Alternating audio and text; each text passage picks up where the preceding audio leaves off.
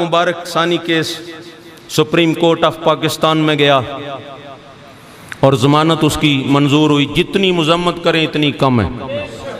ज़मानत मंजूर हुई, फिर समाअत के लिए दोबारा दरख्वास्त मंजूर हुई और समाअत की बारी आई तो फिर एक दफ़ा सुप्रीम कोर्ट ऑफ पाकिस्तान में सारे मकातबे फ़िक्र ने जिस शख्सियत को अपना मुत्तफ़िका नुमाइंदा चुना उसे मुफ्ती आज़म पाकिस्तान मुफ्ती मुजीबुर रहमान कहते हैं।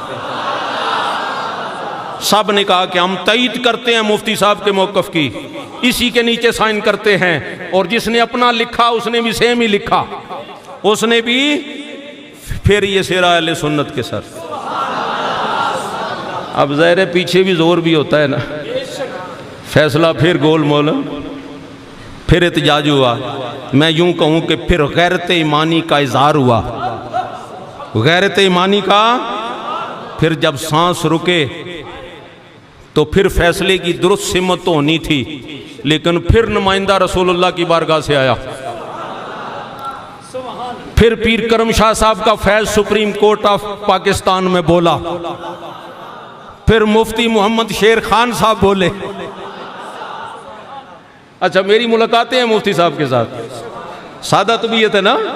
मैं सोच भी नहीं सकता कि मुफ्ती साहब के सवालात जज साहिबान को लाजवाब कर दे, मैं सोच भी नहीं सकता। लेकिन मुफ्ती साहब की अगर गुफ्तगू आपने नहीं सुनी तो मैंने सुनी है। आप फरमाते हैं हमने उम्रा किया और इतला हमें वहां ही मिल गई, लेकिन मदीना पाक गए, सलाम किया, सिर्फ 4 नमाजें पढ़ी।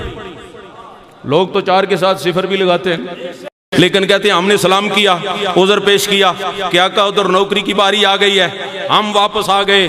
फिर आप मदीना पाक से आए, सुप्रीम कोर्ट ऑफ पाकिस्तान में आए। मुफ्ती मोहम्मद शेर खान कहते हैं मेरे ज़हन में जो सवाल आता इसका भी मुझे पता नहीं कहाँ से आता, मेरी ज़ुबान को कोई पकड़ के चलाता इसका भी मुझे कोई पता नहीं।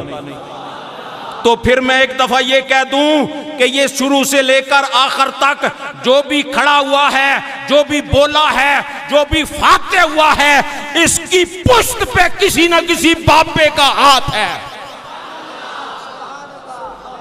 ये फैज है सलासले तरीकत का, और ये उस हाथ का फैज है जिसके बारे में रब ने फरमाया यदुल्लाह फौका ऐदीहिम, इन हाथों पर रब का हाथ है। रब का हाथ हो तो फिर तो बात ही बड़ी है ना।